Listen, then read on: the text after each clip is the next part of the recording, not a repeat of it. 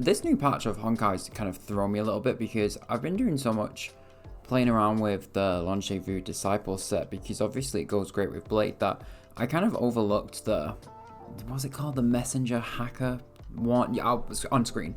And it's kind of a great option for a lot of characters because the ability to build up speed, not just on yourself, but then universally, is really cool. And so obviously I've been looking at this from could this go on someone like Asta or Bronya or Tingyun? Well, it doesn't work on Yukong, by the way, because of the way her ult works, but could it go on one of those Harmony characters? And then I was thinking, like, well, why would it not go on Natasha really well? And to clarify, I'm not the first person that's had this thought, but what I wanted to do today is kind of a mini guide to Natasha in light of 1.2 and where she kind of fares. Now, it will be like a bit of a guide, so I'll do a tiny bit of an introduction to a kit or Eidolons, mostly because she's on the current banner, and while everyone's already got a copy of her for free, I don't think it hurts to kind of refresh where we stand on her, so feel free to skip ahead and I'll timestamp it. I am saying, like, this is a what does 1.2 mean for Natasha. I'm not doing one of the comparison pieces between someone like Luacha or Bailu, mostly because they're 5 stars, and so obviously they are very strong characters at what they do, but equally, unless you have like a very high HP character like Blade, obviously, there's not really kind of much competition in overall healing capabilities, because quite frankly, the 3 healers can all heal enough. Let's be realistic. So when we're looking at Natasha's kit, it's pretty obvious that everything is focused on her being your stereotypical pure healer. So her skill will heal based on her max HP for a percentage and a base amount, all dependent on the level, and this will apply the singular heal, but then the skill will also give some healing over time to a lesser amount, which will last for 2 turns, and the skill can be improved with 2 of her traces. So Trace 1 Soothe will apply a debuff or a cleanse into the skill itself, and then Recuperation, which is her 3rd trace, will increase the duration of the healing over time by an additional turn for a total of 3 turns. Pretty cool. Her ultimate is an AoE heal. It's 90 energy base cost, so it's up pretty often, to be honest, because it is a team targeting ability, so it targets either herself or an ally, in this case all of them. She can actually utilize the new messenger set. Her talent, Innovation, will increase her healing amount for allies with 30% or lower HP, so basically giving you increased healing to those allies that really need it. And then her technique's pretty cool. It weakens enemies, causing them to do less damage on the first turn, and it is cool in theory, but in principle I don't really use it that often, because while it is a good technique and I think it lowers their outward damage by like 30% for that turn 1, I very rarely come across an instant nuke turn 1 anyway, so just something to be mindful of. Finally, we mentioned 2 of the traces earlier, but there is another trace which also just increases her outgoing healing by 10%. So overall, you can see that she's pretty much a pure healer by trade. Now, like I said at the start, she doesn't heal as much as someone like Bailu or Luacha, but that topic has already been done to death, so I'm not going to force it. Very quickly, we'll talk about her kit. If I just cover our Eidolons as well, because she is on Blade's banner, she was on Sele's banner, you get a free copy of her at base, as well as she's been in the store before. So you've probably had a Natasha Eidolon or one by now, and I wanted to mention because E1's pretty cool, as well as her E4. So her E1 is a self-heal on herself whenever she falls below 30% HP once, just only once, in battle, but it's really cool because it doesn't use a skill point, it will just top her up HP-wise, so it can be a very good misplay management tool. Her E2 gives her all a healing over time for an extra turn on allies at or close to death, aka those allies under 30% HP. It's fine. Her E3 and E5 do the usual +2, skill, ultimate, basic, and talent. And then her E4 recovers 5 energy whenever she's attacked, bearing in mind that her ultimate only has a 90 energy cost anyway. And then lastly, her E6 adds 40% of her max HP to her basic attack. I don't really care for it, to be honest. You won't be building her DPS, I swear. It's not bad to have, it's just I wouldn't mind it being a bit more of an abundance or healer focused Eidolon because it's her E6, but whatever. Like I say, E1 and E4 are the main value boost in my opinion. They're not essential because they're predicated on her taking damage, which realistically you only ever want to happen if she's maybe an AoE/cleave slot, like position 2 next to someone like a Blade or a tank. And so while they are very good for what that her kit offers, but they're not like essential.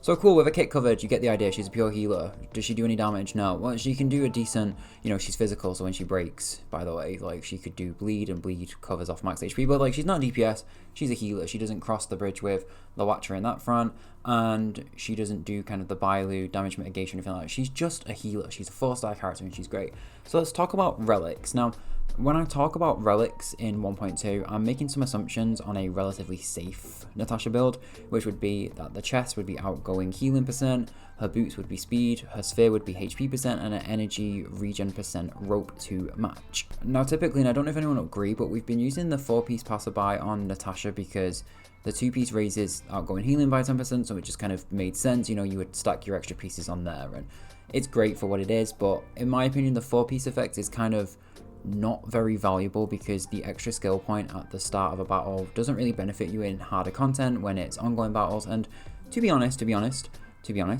if you are running on a skill point mismanagement system, so your skill point negative, for example, one skill point at the start isn't going to help you, and it seems like you need to kind of tune your team, if anything. And so the 4-piece was always wasted on here. And now people have argued in the past of making the case for, you know, a 2-piece Passerby with a 2-piece thief set and just trying to get a bit more value out of a team slot, and that does make sense. However, like I say, with 1.2 we got this new Messenger Relic set, which I think works great on her, and maybe people will argue, but I want to explain why. God, 6 minutes in and now I want to explain why.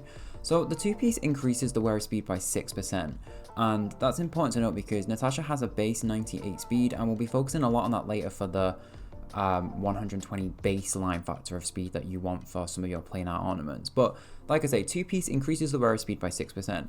The 4-piece, when the wearer uses their ultimate on an ally, speed for all allies increases by 12% for 1 turn. This effect cannot be stacked, and by this effect cannot be stacked, it just means you can't have somebody like a Natasha and a Ting Yun both using their ultimates on the same turn to try and get 2 12% speed buffs for that 1 turn.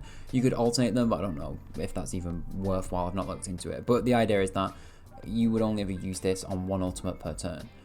If you don't know, speed is pretty important in Honkai, and it's a topic that's been covered a lot, but the main kind of golden thread is that the higher speed, the lower base action value that you have, and so the lower base action value that you have means that you will be doing less downtime per turn, which can give her more chance to either heal or fire off a basic and recover a skill point. It will just get her back in the fray more often instead of noticing that she's fallen behind in the action value, which she can do. You know, I wasn't using speed boots for a while and she was very slow. Now, talking about speed and whether or not you should be using a kind of speed focused relic set on her is an interesting question because, you know, she is a healer character. You expect to use a healing relic set, and that's okay. I think for a lot of people it does make sense to use the Passerby set because obviously HP equals heals, and then heals equals, well, she's a healer. And so there's been arguments in the past over making Natasha act faster, you know.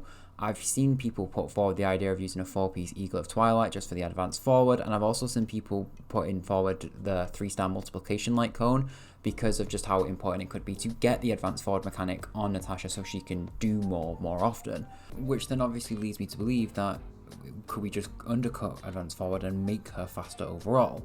And so we're making the case for whether or not we should use the 4-piece messenger set and focus on speed. You have to kind of answer the equal question of, well, this is my abundance character, and what does that look like for my heals? And so just for the sake of observing the potential impacts of this, at base 98 speed with max healing relics, you typically do struggle to reach the 120 threshold through substats alone that you would need for some planar ornaments, for example, Fleet of Ageless. So I've thrown all this together, and basically what I did is I tested Natasha with HP feet and the 4-piece Passerby, and I found that basically if you compare this to her wearing speed feet with the 4-piece messenger, her E was only doing 200 more healing overall with the full all-in HP build. But obviously you've got to think about the diminishing returns there when a 4-piece messenger will help her hit the speed threshold of fleet, meaning that she's going to be going faster as well as doing more for the team. And what I mean by that is when you take the 4-piece messenger effect and you factor in the fact that she can hit Fleet of Ageless, she's not doing 2 weak heals or anything like that. Like I say, she's only missing out 200 on the bases that we've set, but she's also now given an 8% attack increase to the party and a 12% speed increase to the party whenever she does an ult. Depending on your light cone as well, she can also do energy regen, which I'll talk about in a second. Also, I've kind of gone all in on recommending Fleet of Ageless for the attack percent increase, but there is obviously a sense where you could actually swap Fleet of Ageless for Broken Keel, which is the new planar ornament set, in which she will then confer a 10% crit damage buff on the party, and the effect resistance can make her less likely to be debuffed, so like imprisoned or whatever those quantum imaginary mechanics are. That's also a new option that's been introduced in 1.2 that you could factor in, especially if you're going to be using the perfect timing light cone. But I'll come back to that in a second. So on light cones then, let's just say that we can safely assume that using the Messenger 4-piece effect and we're using Fleet of Ageless, and we're actually happy because her healing's still consistent enough.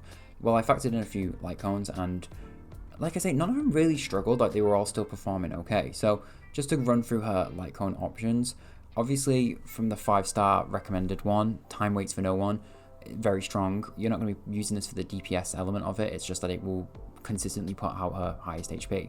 However, I did find a lot of value in some 4-star options. Obviously when we're focusing on getting her to use her ult to give a speed-wise boost, her ultimate shouts home because it gives good self-energy regen as well as increasing her overall healing potential. But then also there's quid pro quo, which strikes me as a really strong light cone for her, because while she's not looking at putting energy on herself, it's more about like giving energy to her allies with this light cone. And then just very similar on the same kind of mantra of, well, energy regen for the team, you also do have shared feelings, although it's not as easy to come by. I believe it's a gacha weapon, whereas quid pro is like, I think it's like the light cone Forgotten Hall light cone option. But whenever she's doing her actions, she's also giving the allies energy regen, and so she's now bringing a lot more to the table than just pure heals.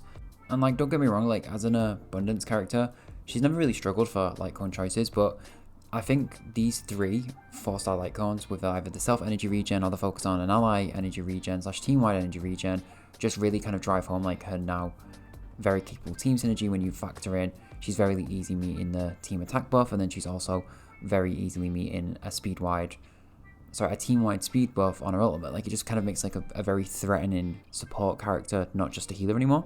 And don't get me wrong, there is the option, and I will remind you that if you don't want to run through the 4-piece Age of Fleetless, you then can make advantage of using perfect timing because of its effect hit rate, improving the overall healing that she does, as well as the fact that it will synergize very well with the new set, the Broken Keel. And so I looked at perfect timing all the way up to, I think it was like Superimpulse 5. She gained an extra like 150 healing on her E, which is like nothing to be laughed at, to be honest. Equally, if you are going down this route, if you were going to use a 3-star light cone, I have seen, like I say in the past, a lot of people recommend multiplication for the advance forward. I think that now loses a bit of value for building speed because she's acting more often than she needs to, or like the right amount of time. And so I think Cornucopia becomes a bit more of a priority for her because it can do very high healings at max superimposition. So really great overall, just giving her a bit more flexibility. Now, that's kind of where I was thinking with the build. Like I say, people might think I'm wrong, and that's fine. I think the 4-piece is looking like a good set for her, and I will continue to farm and test it out. However, something I will say is that there's an obvious argument in taking her away from being healer with healing artifacts into a 4-piece kind of speed focused build, which, I mean, even without this commentary or this new patch, would have always been a priority anyway. But there is that argument in, if you start to think of her less as building her for healing with relics that are more focused towards how many characters does that impact, how much healing that she's going to be able to give to someone like Blade. And that's a very good point, because this whole video is about what does 1.2 mean for Natasha specifically.